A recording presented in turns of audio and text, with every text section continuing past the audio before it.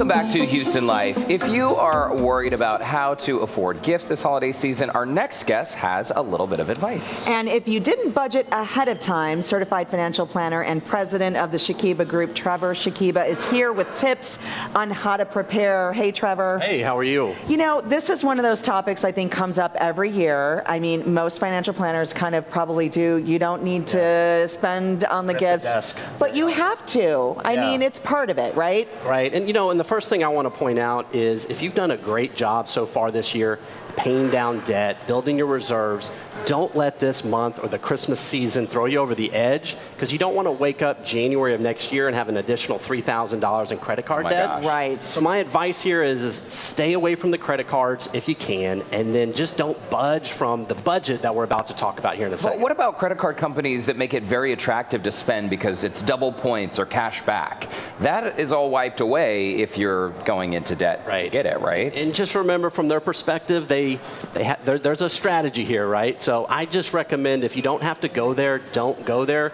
It's so easy to get caught up. But look, remember, your goals, your cash reserve, your debt, what we've been talking about all this year, are so important. Absolutely. And so let's start off with number one, and don't let the last month of the year ruin everything, is what you kind of touched on. Yeah, I was just basically talking about that. But what I think you have to do is start with a budget and then stay within that budget. Now, no one wants to hear me talk about the B word, the budget word, right? But you have to. I mean, we're realistic. We've got to talk about it. Yeah, you've got to start there. And then what I recommend is actually have a list. Write down who you're going to buy gifts for, put it in your phone, and then estimate those gifts. And I put this next talking point on especially for you, Derek. See, the idea here is you don't want to randomly go shopping in the mall, maybe get a glass of wine without a strategy. That is not ideal. How do you know that? You do that? I mean, I am not great at budgeting. I'm great at saving money. I'm not great at budgeting. I see something I want to buy for someone. I'm like, oh, hey, Brandon would love this. I buy it. Yeah. What I'm saying is don't do that. And then have a plan. Or maybe what you could do is have a plan for most of it and then have this fun account or this cushion, and you could do some of that on the side.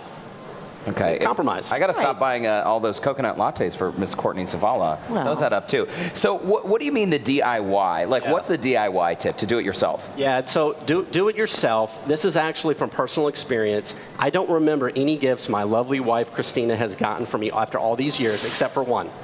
And it was the cheapest, and it was when we first started dating. She was making minimum wage. She put together a coupon book, and it had stuff like, hey, I'll come over and make you dinner, I'll clean your house, right, give you a massage or something like that. She wanted to clean your house? Well, that's what I'm saying.